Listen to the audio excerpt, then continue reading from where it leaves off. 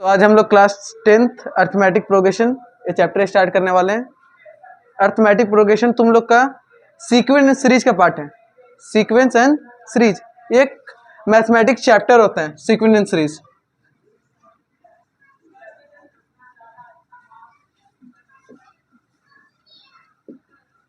Class 10th इसमें 3 part होता है, एपी, जीपी और एचपी। सबसे पहला चीज सीक्वेंस सीरीज का मतलब क्या है।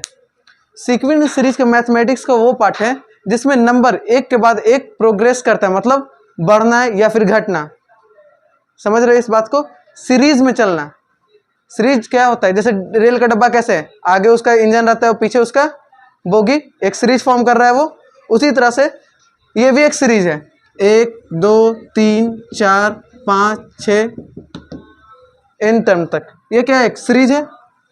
नंबर का एक लाइन है, जहां पे नंबर एक लाइन में लिखा जाए, ठीक है। एक फॉर्मेशन, एक बढ़ता हुआ क्रम या फिर एक घटता हुआ क्रम, ठीक है। ऐसा अगर लिखा जाए तो उसको क्या बोला जाता है, सीरीज। अब सीरीज कितना टाइप का होता है, सीरीज 3 टाइप का होता है, AP, GP and HP. AP का मतलब क्या होता है, जब भी कोई सीरीज प्लस के फॉर्म में या फिर माइनस के फॉर्म में प्रोग्रेस करता है तो उसको बोला जाता है एपी। एग्जाम्पल जैसे हम मान लेते हैं, यही एग्जाम्पल हमें ले रहे हैं 1 2 3 4 5 6। ये वाला एग्जाम्पल क्या है कि हम हर एक नंबर में एक प्लस करके उसका फाइंड करें। जैसे 1 में एक प्लस किए तो 2, 2 में एक प्लस किए तो 3 में एक प्लस किए तो 4। मतलब ये इसमें अरेंजमेंट क्या है, एक एक प्लस करके आगे बढ़ा रहे हैं। जब भी प्लस करके आगे बढ़ाए, या फिर जैसे 6 ले लिए, उसके बाद 5, उसके बाद 4, उसके बाद 3, उसके बाद 2, उसके बाद 1, उसके बाद 0 -1। अगर ऐसा टाइप में भी होगा तो भी वो एक अर्थमेटिक प्रोग्रेशन होगा। जैसे माइनस कर रहे हैं, इसमें हर एक टर्म में एक माइनस कर रहे हैं। जब भी प्लस किया जाए या फिर माइनस किया जाए, उसको क्या बोला जाता है, उसको क्या बोला जाता है, एपी। तुमको सिर्फ क्लास 10th में यही पढ़ना है, जीपी और एचपी नहीं। जीपी मतलब ज्योमेट्रिक प्रोग्रेशन, ये मल्टीप्लाई में आगे बढ़ता है, और एचपी में जनरली फ्रैक्शन वगैरह का डिटेल आते हैं। ये दोनों क्लास 11th का चीज़ है, इसमें डिस्कशन करना कोई मतलब नहीं है अभी, सिर्फ ये दोनों के बारे में समझना है। तो इसको स्टार्ट करते हैं, इस चीज को।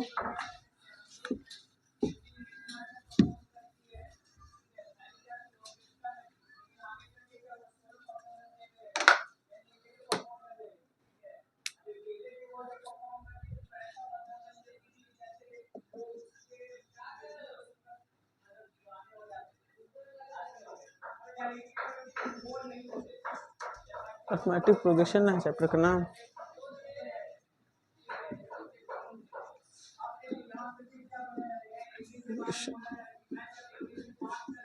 एपी। इस क्लास में सिर्फ एपी के बारे में पढ़ना है। एपी का मतलब क्या है, जैसे एक नंबर, एक जनरल नंबर है ए, एक नंबर हम मानते हैं, उसमें क्या कर रहे हैं, एक ऐसा एक फिक्स नंबर हम इसमें रिपीटेड ऐड करते जाए जिससे एक सीरीज फॉर्म हो जाए। जैसे में हम ए मानते हैं एक नंबर, और उसमें हम ऐड करते हैं डी, तो ए प्लस डी हो जाएगा सेकेंड नंबर, ठीक है। इसके बाद तीसरा नंबर में हम ए प्लस डी प्लस डी, मतलब हर एक सक्सेसिव नंबर में सिर्फ डी का अमाउंट तुमको ऐड करना है। स्टार्टिंग नंबर क्या था, ए, और हर एक सक्सेसिव नंबर में सिर्फ डी ऐड करते चलना है। दूसरा नंबर क्या होगा, a plus d plus d plus d, ऐसा फॉर्म होगा ना, ऐसा फॉर्म होगा।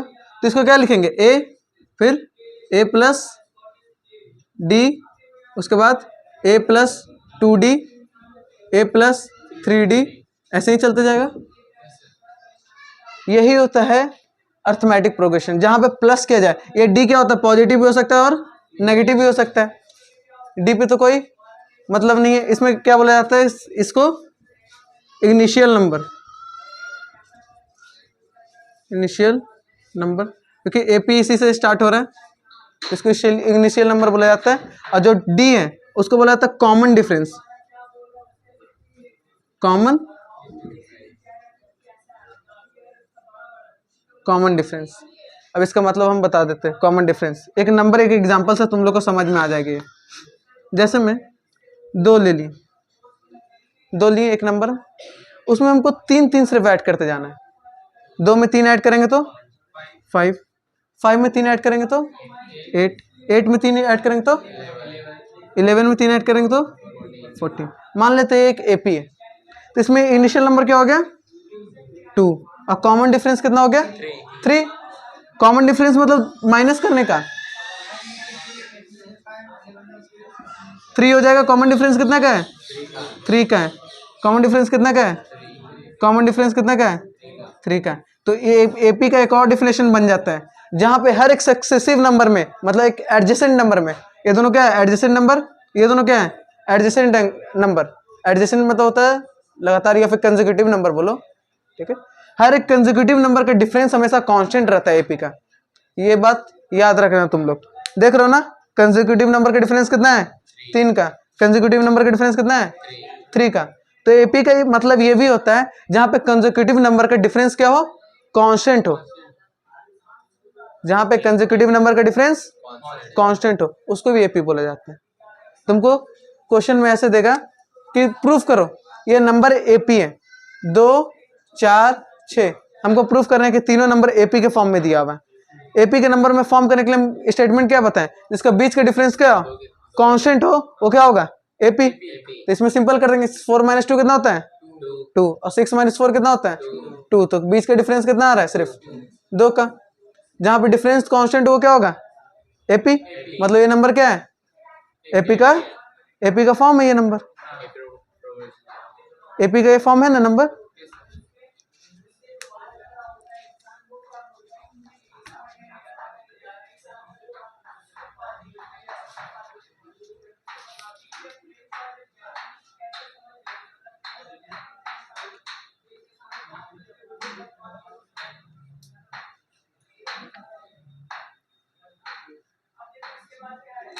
इसके डेफिनेशन को लिखना चाहो तो लिख लो कॉपी में, हम बोल रहे हैं एक लाइन। 3 डेफिनेशन इसमें इंपॉर्टेंट है, तीनों लिख लो कॉपी में। सबसे पहला हम स्टार्टिंग में बताए थे सीक्वेंस एंड सीरीज। सीक्वेंस का मतलब क्या होता है, जरा कॉपी निकालिए इसको लिखिए जल्दी। Some numbers arranged in a defined order, some number arranged in a defined order according to a definite rule, according to a definite rule are said to form a AP or to form a sequence, to form a sequence. Some number arranged in a definite order according to definite rule are said to form a sequence. इसका मतलब हम समझा दे रहे हैं। Sequence का मतलब क्या होता है, जहां पे ये क्या एक सीक्वेंस है, लगातार नंबर चल रहा है, लगातार नंबर चल रहा है और हर नंबर में क्या हो रहा है कुछ ना कुछ रूल फॉलो हो रहा है। रूल क्या है इसमें कि सेम नंबर को ऐड किया जा रहा है। जहां पे रूल कांस्टेंट रहे नंबर के लिए और नंबर आगे की ओर बढ़े उसको क्या बोला जाता है सीक्वेंस। उसके बाद एपी का भी डेफिनेशन लिख लेना, वो भी इंपॉर्टेंट है। 10 क्लास में तो सिर्फ एपी ही है ये। A sequence in which each term differs from its preceding, a sequence in which each term differs from its preceding term by a constant is called an AP, where AP stands for arithmetic progression.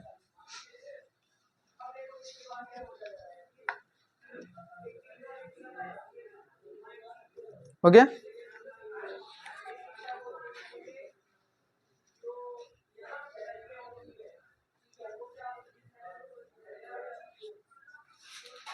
अब इसमें 2 formula है, तुम लोग को भी पढ़ लेना, एक टर्म ऑफ एपी और एक है sum of AP.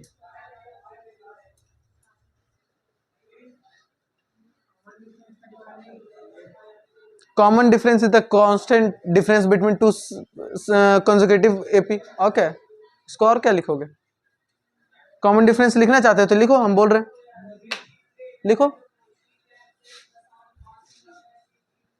The constant लिखो, the constant between 2 consecutive, bracket में लिख देना adjacent, the constant between two consecutive bracket में constant AP is called common difference. ठीक है, कॉमन डिफरेंस ऐसे ही बता दी और डेफिनेशन में भी लिखवा दी। डेफिनेशन पूछा नहीं जाता है वैसे एग्जाम में, नहीं किसी किसी का एक्सेप्शन कुछ भी हो सकता है। अब हम बोल दिए नहीं पूछा जाएगा, पूछ लिया एग्जाम में तो बोलोगे कि सर तो बता देते हैं, वो नहीं, लेकिन जनरल नहीं पूछा जाता है डेफिनेशन वगैरह।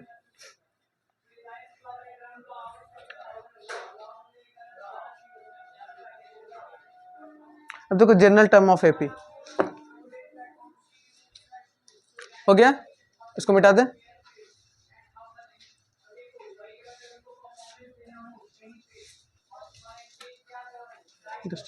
Dust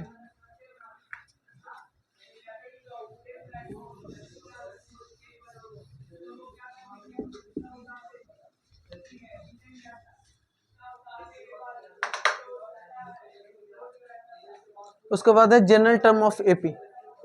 general term of AP के बारे में देखिए, जनरल टर्म कहने का मतलब है जैसे हम एक एपी लिखते हैं, a comma a plus d, a plus 2d, a plus 3d, a plus 4d dot dot dot nth term तक। ठीक है, एक एग्जांपल दे रहे हैं, nth टर्म तक हम एक एपी लिख रहे हैं। अगर हम तुमसे डायरेक्ट पूछें, पहला टर्म तुमको गिवन कर दे और तुमको हम पहला टर्म हम तुमको एपी का गिवन कर दे ए, और कॉमन डिफरेंस तुमको डी हम गिवन कर दे, और तुमसे हम पूछे कि हमको इसका फिफ्थ टर्म बताओ कितना होगा, इसमें फिफ्थ टर्म तुमको क्या दिख रहा है, क्या फिफ्थ टर्म ए प्लस 5d है, इसमें ए प्लस 4d ना है, जरा गिनो तो, ये पहला टर्म हुआ, सॉरी ये पहला टर्म हुआ, ये दूसरा टर्म हुआ, ये तीसरा, ये चौथा, और ये ना पांचवा हुआ। पांचवा क्या हुआ, ए प्लस 4d। तुम फोर्थ बोलो तो वहां पे 3d आएगा, ए के साथ में 3d आएगा, मतलब जितना टर्म पूछ रहे हो उसमें से एक कम डी में। मतलब क्या, अगर हम पूछे फिफ्थ टर्म बताओ तो इसका जनरल फॉर्मूला क्या हो जाना चाहिए, पहला जो कॉमन जो तुम्हारा इनिशियल टर्म था वो प्लस, अगर हम तुमसे पांचवा चीज पूछे, पांचवा टर्म, तो 5 से कम कितना होता है 4, तो 5 - 1 और डी, ये तुम्हारा होता है जनरल फार्मूला। जनरल फार्मूला यहाँ पे लिख सकते हो a प्लस n - 1 d। ऐसा क्यों होता है, देखो यहाँ पर पहला टर्म में तो d है ही नहीं, d कहाँ से स्टार्ट हो रहा है, दूसरा टर्म से, तो पहला टर्म वाला तो d आखिर माइनस होगा तभी ना, पहला टर्म में तो d है ही नहीं, उसके बाद ही से ना d गिनना स्टार्ट कर रहे हो, तो जितना तुम टर्म बोल रहे हो उससे कम d में वैल्यू आएगा।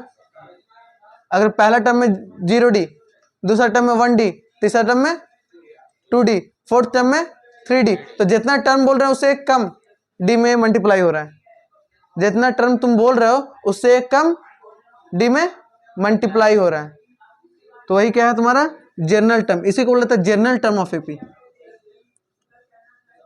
General term of arithmetic progression, ये जनरल टर्म ऑफ एपी होता है। जनरल टर्म मतलब जितना भी एपी दिया हुआ है उसको सबको ऐसे में लिखा जा सकता है। जैसे एग्जांपल में मान लेते हैं 2 4 6 8 10 12, ये एक एपी है।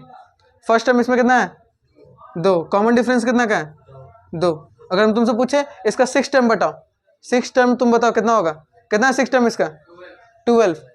हम इसको फाइंड करते हैं कि 12 आता है कि नहीं आता है, ये फॉर्मूला से फाइंड करते हैं। पहला टर्म कितना है 2 प्लस हम कितना टर्म पूछे हैं तुमसे 6, तो 6 - 1 हो जाएगा, और लास्ट में क्या है मल्टीप्लाई डी का कितना है इसमें, डी कितना है इसमें 2, तो 2 प्लस 6 - 1 5 × 2 कितना हो गया 5 × 10 प्लस 2 12 आ गया 6 टर्म आ गया। इससे अब फोर्थ टर्म फाइंड करते हैं, फोर्थ टर्म फाइंड करते हैं, फोर्थ कितना है इसमें जरा देखो तो 8 है, फाइंड करके देखते हैं, तो 2 प्लस 4 - 1 डी, सॉरी डी का वैल्यू तो है ही 2 फाइंड करते हैं फोर्थ टर्म, तो कितना हो जाएगा 2 प्लस 3 × 2 कितना आ गया 8 आ गया फोर्थ टर्म 8। ये चीज समझ में आया, इसी के लिए इसको जनरल टर्म बोला जाता है। जनरल मतलब ही यही चीज होता है कि इसको हर एक फॉर्म में लिख सकते हो, जहाँ पे ए मतलब क्या हो गया, इनिशियल नंबर, हम लिख देते हैं ए मतलब हो गया इनिशियल नंबर, डी मतलब हो गया कॉमन डिफरेंस,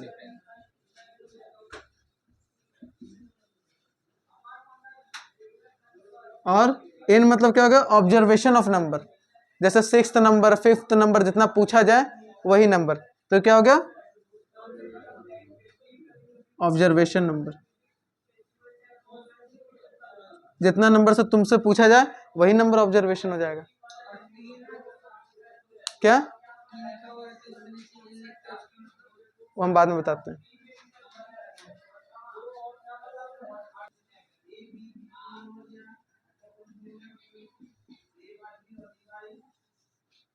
ठीक है, कर दिए। जनरल टर्म का भी है मतलब बताएं, ए प्लस एन माइनस 1d। एक हम एग्जांपल बता देते हैं जिसमें डी नेगेटिव लेके चलते हैं हम लोग।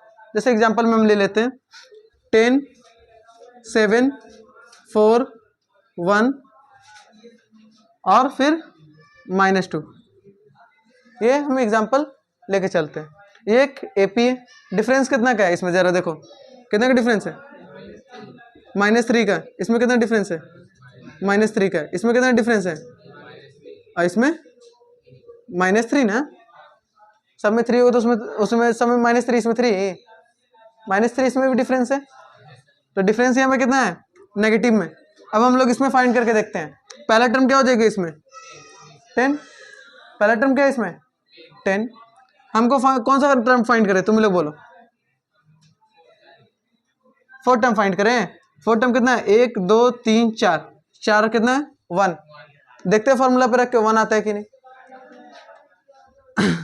4 टर्म फाइंड करना मतलब 4th ए पे ए उसका सबस्क्रिप्ट में दे देते 4। तो पहला टर्म इसमें कितना है 10, पहला टर्म यहाँ पे ए है, पहला टर्म इसमें कितना है 10। 4 टर्म फाइंड करना है, तो 4 टर्म के लिए कितना करना पड़ेगा, 4 - 1, और डी कितना है मेरा -3, डी मेरे पास कितना है -3, मल्टीप्लाई में ये इसको सॉल्व करते हैं, कितना देगा 10 + 3 इंटू -3, 10 -9 हो जाएगा, 3 3 मल्टीप्लाई होगा माइनस में, आंसर कितना आ गया 1 ना, -1 कैसे 1 आ गया। देखो 4 टर्म है 1, नेगेटिव वाला भी क्लियर है, नेगेटिव कॉन्सेप्ट भी इसमें क्या हो गया, सॉरी नेगेटिव कॉन्सेप्ट नहीं, कॉमन डिफरेंस नेगेटिव वाला भी इसमें कंप्लीट हो गया तुम्हारा।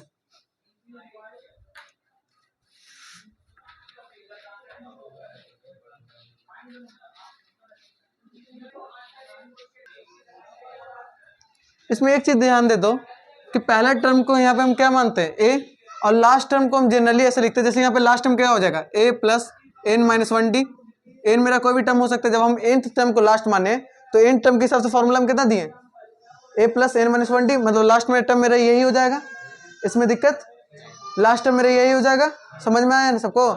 लास्ट टर्म को एक टर्म से रिप्रेजेंट किया जाता है l, जनरली अर्थमेटिक प्रोग्रेशन में लास्ट टर्म को l लिखा जाता है, तो l का भी फॉर्मूला क्या हो जाएगा, लास्ट टर्म का भी फॉर्मूला हो जाएगा l = a + n - 1d। जैसे इस एपी का ये लास्ट टर्म है ना, -2 क्या हो गया लास्ट टर्म, इसको फाइंड करने के लिए क्या हमको अलग से फॉर्मूला निकालना पड़ेगा, यही फॉर्मूला में नहीं पुट कर सकते हैं। कितना टर्म है इसमें टोटल 1 2 3 4 5, अगर हम 5वां टर्म को फाइंड करें तो -2 आ जाएगा मेरा, तो लास्ट टर्म भी तो आ गया इसी फॉर्मूला से, अलग फॉर्मूला का तो इसमें जरूरत नहीं है।